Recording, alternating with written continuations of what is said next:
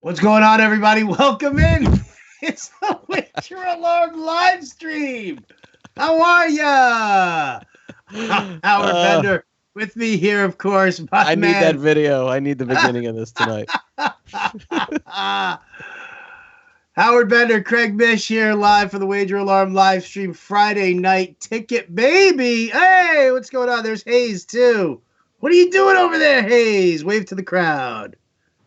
All right, we're live. We're live. We Have a are seat, live, so here we go. What a great disaster this is to start this live stream. There's nothing better than kicking things off in style. We're very right? prepared. We are very prepared. This is our goal to try and get this live stream viral. So it's look at idiots just staring at each other. The sad thing is that it's not the sad thing. The unfortunate thing is that we have people at home that are like waiting for our picks because they've done well with the last couple of years. They're like, we got Howard looking up like this. We got the Craig's kid in the background talking about gambling. What? Got to start him early, Howard.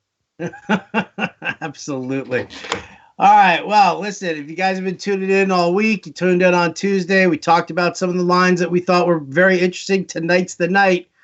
We break it all down for you. 7 picks in the Golden Nugget Ultimate Football Challenge. 5 picks to be made in the Westgate Super Contest. I'll tell you, Craig, it was a rough time last week. I think we had many discussions throughout the week here about maintaining the process, doing the thing that we do. So in honor of that, we're obviously taking Army, and I'm wearing my Good Luck Army shirt for that, right? Just going back to week 1, week 2 here.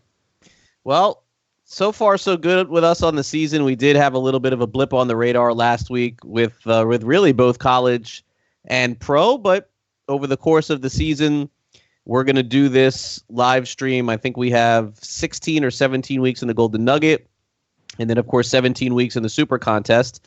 And let's get real for everybody who's listening. If you're watching anybody's live stream or paying attention to anybody's picks, if anybody goes 17 weeks of winning, they are not actually winning.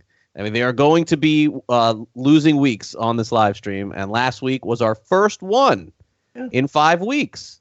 So, look, the previous week is not an indicator of a future week as it pertains to wagering. Everything is different. Every week is different. And so certainly we jump right back at it this week, no doubt about that. And again, a lot of the games last week could have come down to one possession or two. That's the way this is. We just have to kind of sort out some of the situations, both in college football and in the NFL. So we'll start with our college picks for the Golden Nugget contest. Howard and I are in that, and certainly you can go and check our record and follow along all season long. We'll try to get back on top this week. Where do you want to start? Which game?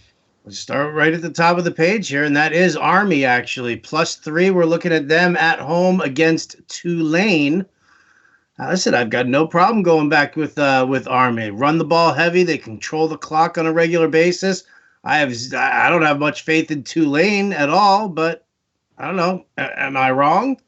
Well, I mean, look, Tulane has had a better season than they've had in the past. They're a college that seems to be going in the right direction, and everyone remembers their signature win from a couple of weeks ago where they came back and beat Houston, and that kind of ended Houston's season more or less, although they went on the road last week and won big. We didn't expect that to happen.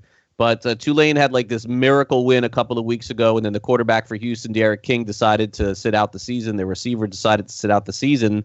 And I think that that's kind of where the spread is living off a little bit on that. Now, Army's quarterback has been hurt, and it's kind of uncertain as to whether or not he's going to play in this game. But this is the one school that can kind of maintain that because the quarterbacks for a lot of the academies, they're just running the ball anyway. They're not really throwing.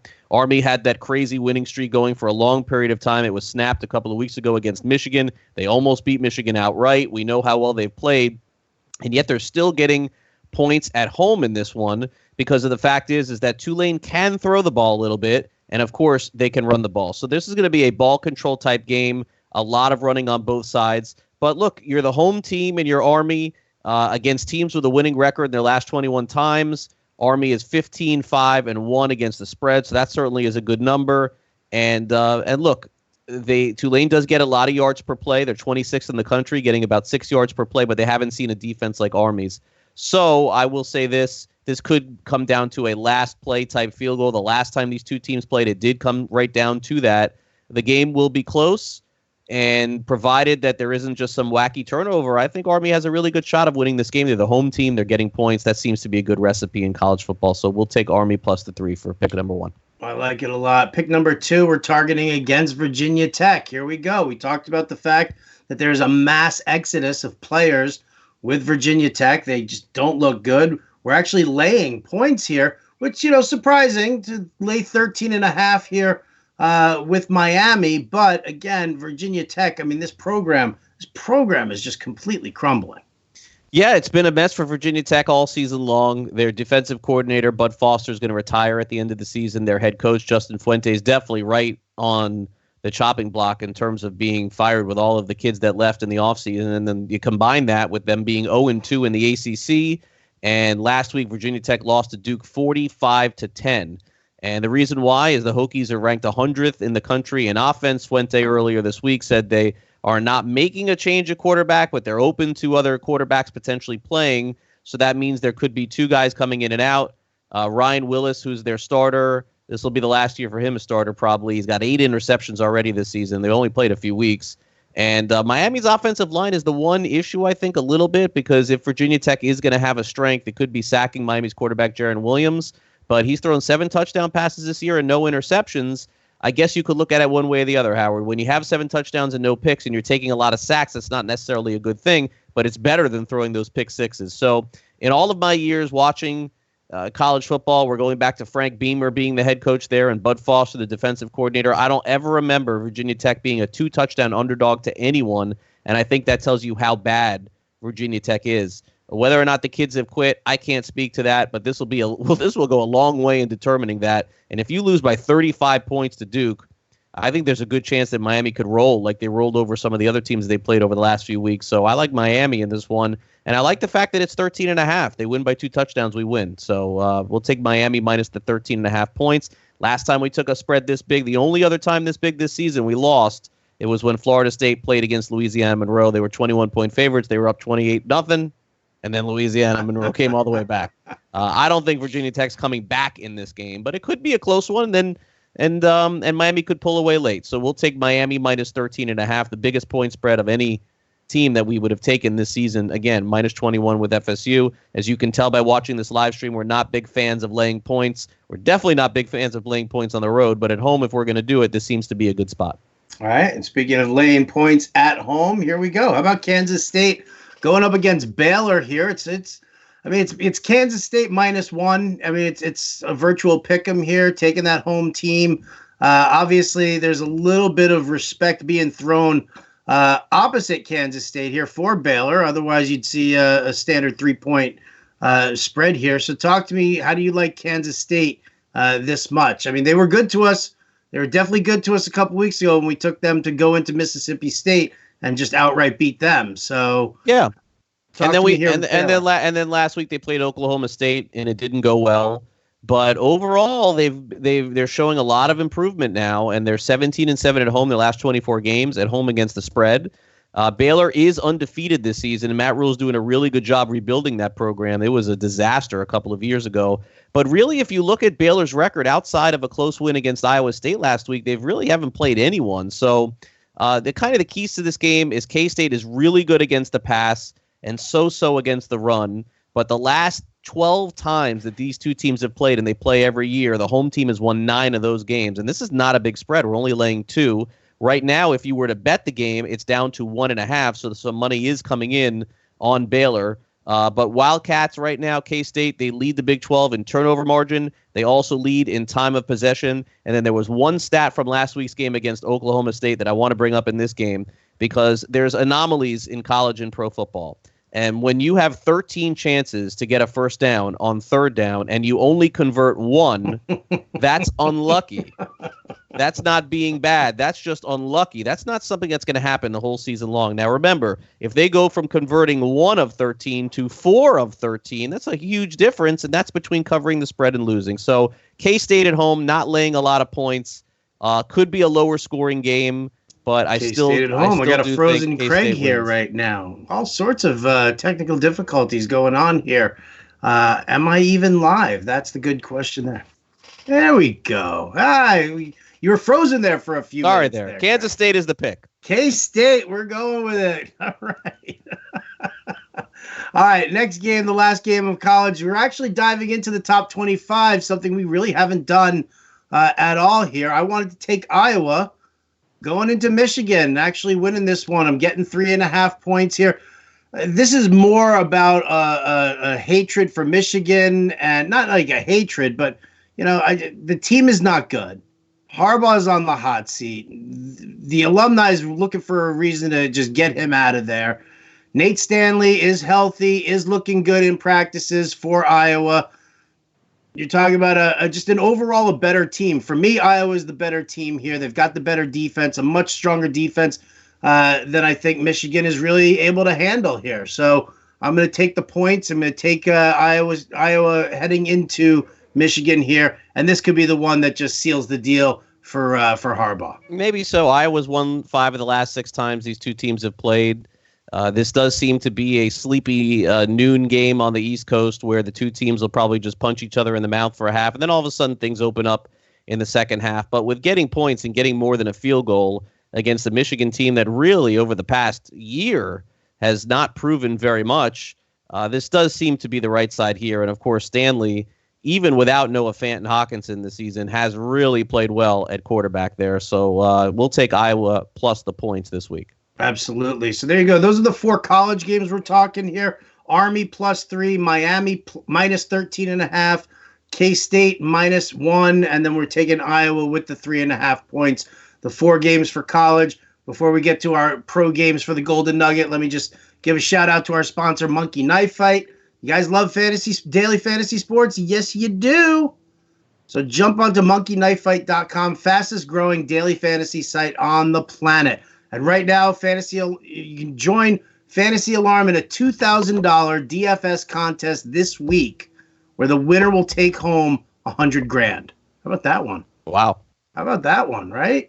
Get me in too. First time depositors also get 6 months free of the Fantasy Alarm Pro subscription and 100% deposit match up to $50. So play this week for your chance at $100,000 at fantasyalarm.com/monkey. That's fantasyalarm.com/monkey.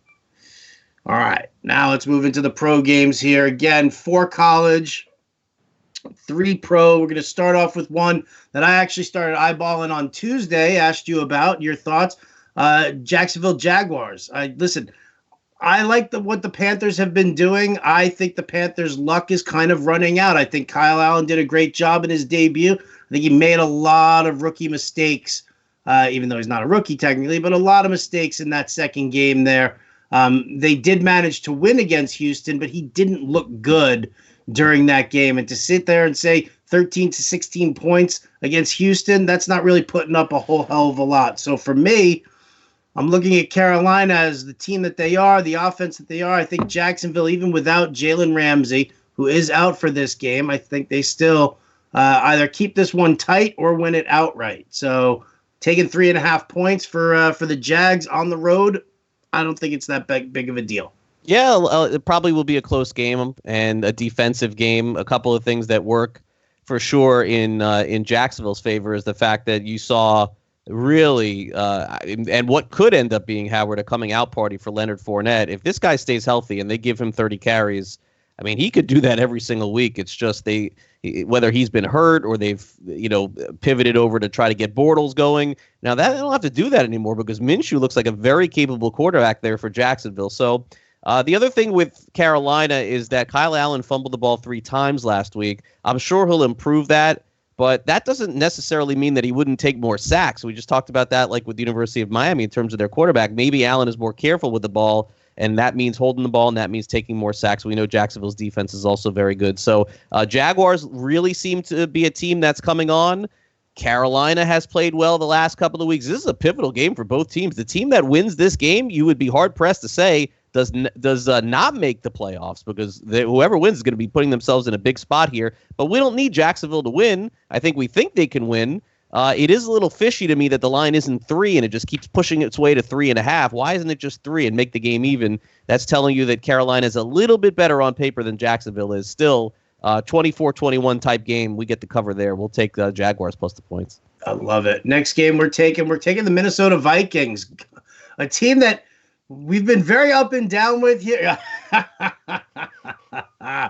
Listen, all right, against the Giants, this again, like I just said to you about Michigan and my thoughts about them and Iowa being the better team, hands down, Minnesota is the better team against the New York Giants. The whole thing with the Giants and their defense completely overblown by playing this lopsided game against Washington, who was terrible. I mean, nightmarishly terrible. Why Janoris Jenkins was given the Defensive Player of the Week award? For what? There weren't any wide receivers for him to even cover. It was atrocious. And to me, I think that we're all kind of getting caught up in this Danny Dimes, this defense isn't so bad kind of New York hype, New York media. I think Minnesota, they straighten themselves out. I think Kubiak and Dennison get Dalvin Cook rolling nice and early. And then as soon as they build that lead, then they take a few more chances and try to keep quiet, keep Diggs quiet, keep Thielen quiet. Everybody gets a little taste. It's going to be like Kirk Cousins is actually going to be like Oprah here. You're going to be like, you get a touchdown, and you get a touchdown, and you get a touchdown. And here you go, Dalvin Cook. Here's 2 for you. Are you sure it's not going to be you get a fumble and you get a pick? No, I think they play smarter football in Minnesota than that, and I like them. I like them to beat the Giants by more than even just a touchdown. Yeah, I think that for me, what the pick comes down to, and again, Howard and I talk about all these picks before we go on the air. It's not like we're just learning of what we're going to do. That'd be foolish considering the amount of money that we have on this. Minnesota is a perfect example. And go back and not just our live streams, but look historically in the NFL. When a team looks awful one week, it is really good to grab them the following week. The Browns were a perfect example of that last week. The Browns getting 7, went into Baltimore and just destroyed them. The week before, they were talking about firing Freddie Kitchens. What are you doing running on 4th down and 9? And now all of a sudden, the Browns are in first place. So I think that is the key point here. The Vikings literally played their worst game of the season possible on television last week against the Bears. It could not have gone worse. And those are the kind of teams that have talent, by the way, that you want to side with. I'm not saying that you should be taking the Dolphins or you should be taking the Redskins when they play awful because, again, there's no talent there. There's too much talent on the Vikings for them to not win this game by a touchdown. So we'll lay the points in this game, -5. I like it. And then the third game here, we're going Big D, baby. Dallas, one of the late games here, hosting the Packers. Now we're laying 3.5 here, Craig. Listen, I think Dallas, that's another good example of what you were just talking about, in the sense that they look terrible against the Saints. Terrible. Now they're coming in here against the Packers, who don't have Devontae Adams, whose offense is good but not great. Their defense is good but not great. The secondary is better than the run defense. So, yeah, I think we're as much as it pains me to say anything positive about the Cowboys, and it really, it cuts. Yeah, this is probably my favorite pick of the week. I think that Green Bay got a little exposed. I think that they were a little bit of a paper 3-0. And honestly, Adams is a huge loss near the red zone for that team. And I think you saw that a couple of weeks ago on Thursday night when he was out of the game late in the game. They threw the ball right off the defender, off Valdez-Scantling's hand. And Valdez-Scantling could be okay, and so could Geronimo Allison. I think Jimmy Graham is at the end, man. I didn't like what I saw with him dropping balls in the back of the end zone. I know he caught some when he was wide open. So this could end up being a one-possession game, and it could end up being close. But I feel a lot better about the Cowboys maybe a couple of days after than I did just kind of thinking that the Saints may really have one of the best defenses in the NFL right now. They're playing fantastic. And the counter to that is, look, Dallas beat Washington. They beat the Giants. They really didn't beat any great teams. But in general, how often do you ever get the Cowboys at home laying less than like a touchdown in just historically speaking in the NFL? I don't think this line in particular is inflated at all, probably because they're playing against Green Bay. I'm not a believer in the Packers. I think they could be okay this year, 9-7 team, 8-8 maybe. But if that run defense is going to look anything like it did a couple of weeks ago, this could be the big game for Zeke that we've been waiting for. And make no mistake about it, Dallas is not putting up 50 in any game. We know they run the ball a lot. They play that ball control type offense, but I think this game is probably close at the half, but Dallas runs away with it late, and we'll lay the 3.5 points and take them two rare favorites that we'll take. But this is only 3 points. I feel, or 3.5 points, but I do feel comfortable with this one.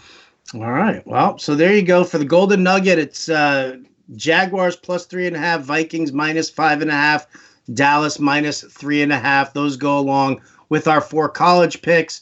Golden Nugget Ultimate Football Challenge. Whoop, pushed aside. And now let's talk about the super contest for the Westgate. Now we are doing Jaguars again. The same line.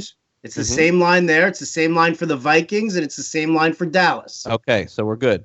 We're in the taking house those 3 games. Now, the 2 games that we are looking for, we're going 1 favorite. We're going 1 dog here. What do you want, favorite or dog? Favorite or dog? Either one, whichever way you want to start is fine. All right, well, let's look at the Chicago Bears in London going up against the Oakland Raiders here. This is one where, defense prevails. Again, who knows what's going on over there in London?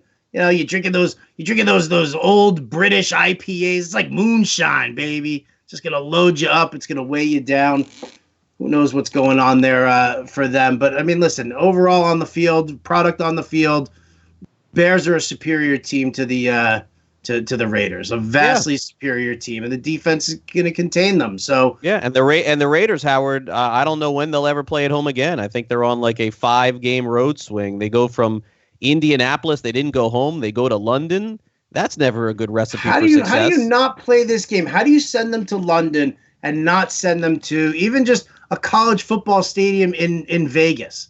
Let them play where UNLV's playing, right? Like, isn't it your goal to have the Raiders go to Las Vegas? Isn't that what we're all about? Well, they go from Indy to London, so they didn't go home at all. They spend a week there. And in general, when you have a huge time difference, I suppose that's important. But in this particular case, I don't really like that travel schedule. I think the Bears did it better. They waited right up until like a day or two before, and they went. And again, if the game was in Chicago, I think the Bears would be 8 or 9 point favorites. So I think we're catching a little bit of a break with this being on a neutral site. I would expect an ugly game, but I feel like last week the Raiders caught Indy in a really good spot, not having Leonard and not having T.Y. Hilton. Hilton to me is super important to Brissett, and I think that Leonard, from a defensive perspective, is as important to his defense as any other linebacker is in the NFL. Raiders don't have a ton of injuries, although Tyrell Williams is questionable, but I wouldn't make a huge deal out of that. I just think that Khalil Mack staring against his other team and giving this one shot to get back at his guys and say, look what you gave up. I don't think he's going to miss out on that opportunity. I think the Bears just punched them in the mouth. I could see like a 20-3 type game, a game you don't want to watch on TV, and that is ugly, but I don't give the Raiders a chance in this one. All right. And then the last game that we're looking at taking for the super contest here, taking the Falcons on the road. They're getting 5 points. I know. Well, here's the thing, and because you actually brought this game up to me on Tuesday, and I immediately did exactly what you just did. I was like, but then I kind of dove into it a little bit more. And let's just face it right now. Dan Quinn is definitely on the hot seat here. Dirk Cutter on the hot seat as well as his offensive coordinator. On the other side there with Houston, that offensive line is atrocious. Bill O'Brien, also somebody who people are going to start asking questions about if he doesn't get this offense going. This is 2 teams right now who have struggling secondaries, who have high-caliber offenses that are sputtering right now. And I think that this game actually turns into a little bit of a shootout. I know the over-under on this one, I think, is, 49? I think it's the second highest on the slate for 49 points. Okay. I'll check. 50. It's up to 50 already. Yeah. Colts Chiefs will be the highest without looking. I'm gonna guess Colts Chiefs. Yeah, Colts Chiefs. I'm seeing at 56.5, but 49.5. So it's up to 50 on this one. Which, I mean, again, I think this is a game that just goes back and forth. I don't think that this is a game that a team just wins outright. I don't think there's a big lead. I think it's a slugfest and it's back and forth. And because of that, I'll take the points that I'm getting at 5. I think that that's probably the safer route for me. Yeah, the Falcons are kind of like Tennessee in a way where you don't know what they're really going to do on a week-to-week basis. Tennessee a couple of weeks ago going into Thursday Night Football, as an example, were the favorites at Jacksonville. And Jacksonville, it just wasn't really close. Like, the Jaguars just showed that they were the better team, and I think they're the better team than over Tennessee. But Tennessee tends to show up for a while during the season. Atlanta, Howard, the underlying stats for Atlanta across the board make them like a top 15 team in the NFL. Is it coaching? Is it tackling? Are there things that we're not seeing? I'm not sure, but you look at the stat sheet for Atlanta each and every week, and you go, oh, yeah, they won. Oh, no, they didn't. Oh, yeah, they won. Oh, no, they didn't. I mean, it's a little baffling for me to see them playing with all that talent that they have. And I'm not a big Freeman guy anymore. I think he's toward the end of his career, but his stats are good. And Julio is great. And Calvin Ridley's stats are good. And Hooper had a great game last week. And Matt Ryan is still a good quarterback. Now, look, their defense isn't good. I'm not trying to pretend like it is. In fact, I saw a video Brian Baldinger posted, just some ugly looking video of conversions on like 3rd down and 15 about how the defense didn't know where they were. But the one thing I take exception to is I don't think Houston has a dynamic offense. I think their offense is okay, but they don't have a good offensive line. They don't have a great running game. And what teams have been able to do is say that Hopkins guy is not going to do anything, and we're just going to let everybody else do it. In the last couple of weeks, that's worked. I have a strange feeling Houston wins this game in a way that just makes you go, oh, the Falcons blew it. But this is a lot of points. And I think Houston comes out of this game with a 1-point win and just is jumping up and down going, yeah, we won. But it just felt like there were too many points at the beginning. This was probably going to be my favorite pick of the week. But the line didn't move at all. Like, it didn't creep down toward Atlanta a little bit, and it didn't go toward Houston. So there's like a 50-50 split in this one. I have a feeling that when the Super Contest comes out tomorrow, Howard, I think Atlanta's going to be near the top, which has me a little bit scared on a pick like this. But I will say, in an NFL game, when two teams look more or less even, I think you got to take, if it was 3 points, I wouldn't be interested, but I am interested in 5 points. So we'll take Atlanta as our final pick of the week. All right, and there you go, guys. Those are our Super Contest picks. Bears -5.5, Jags +3.5, Vikings -5.5, Falcons +5, Cowboys -3.5. Any of the other games that you were looking at there, Craig? Were you kind of wavering? Well, I mean, not necessarily for picks. I like Cincinnati to bounce back. Another favorite rare. By the way, the line is 4 now, Houston over Atlanta, but that makes me feel actually better about this. But Cincinnati against Arizona, the world's going to take Arizona in this game. Like, oh, Cincinnati, they look so bad on Monday night, but I don't think Arizona is very good either, so I would lean toward that. I don't have a good feel for the Bucs and Saints because I thought the Saints looked great. I don't believe the Bucs are for real. A lot of smart people think Tampa wins this game. I don't know. I'm just simply passing on that one. You and I agree we're never laying 2 touchdowns in any game in the NFL. We're just not going to do it. Eagles are -14 against the Jets. Ravens Steelers. Wow, what a tough game that one is to call. My initial thought was Baltimore, but the way that this line sticks, it kind of makes me feel like Pittsburgh could be the play here. Buffalo, Tennessee, there's no advantage in this game. New England's -15.5 at Washington. We toyed around with the idea of maybe taking Denver on the road at the Chargers. The Chargers, Howard, as we've illustrated and talked about through the years, fantastic as a dog, horrible as a favorite, and they're a 6-point favorite this week. Again, Chargers as a dog, take them. Chargers as a favorite, never cover. This is the story going on. Sunday night, we don't have any interest in the Colts and Chiefs. I don't have any interest in that. None. And then Monday night is a good game and a really tough one to call because I would lean toward Cleveland against San Francisco because I don't think that they are legit.